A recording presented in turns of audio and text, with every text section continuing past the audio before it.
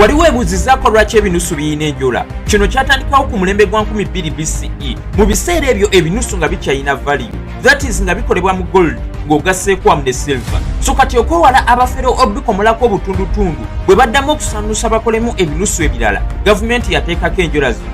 In that ekinusu we kisiŋŋanibwa nga kisaliddwasaliddwako ekitegeeza babeera bakitwala ng'ekicupuli. However, enjola zino zisigadde ku binusu bino n'okutuusa olunaku olwaleero wadde tebikyayina value. Kati bino bye bintu eby'enjawulo by'obadde tomanyi. Ky'oba tokola kwe kwerabira okulayikinga vidiyo eno.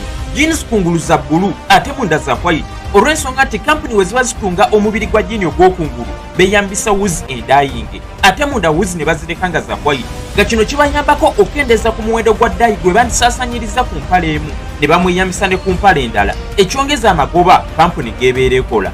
Ate bwe weetegereza audio electronics ezakati okugeza nga laptops n'amasimu tezikyafulumirako butuli buno ewagenda headsets olwa wireless technology eyeeyongedde okuba ng'akulaakulana. Naye bwe weetegereza pini eya headset kuliko obusaze butayinza kumanya ki kye butegeeza. Akasaze akamu kategeeza nti headsets ezo ziyimbisa ekika ky'eddoboozi kimu, era ebiseera ebisinga zino headsets tezibuusa kayimba obagamba teziskipinga. Then we kubaako obusaze bubiri kitegeeza nti headsets ezo zirina stereo era ng'abalansingira bulungi mu buzindaalo obwa sayidi zonna, that is mu kutu okwa left n'okwa right.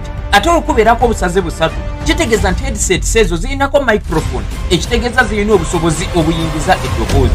Naye kati ani akyakozesa headsets eza waya ku ssimu ezituuka nga tezikyayimba nga ne waya tekutuse? Weefunire wireless headsets eziri unique z'otagenda ssanga na buli kaceere, okugeza nga JBL Tune 225 eziri unique bwe ziti nga za transparent. Waliwo Air 39 buno bwo buli portable, waliwo T25 obuyina beautiful neon lights nga bw'oziraba nga tezino zisobola okyagingisa USB Type-C ng'ogasseeko wamu ne micro USB. M90 Pro weziri, M25 ne AirPods Pro buli omu z'amanyi, n'ebika ebirala bingi okugeza nga YX08.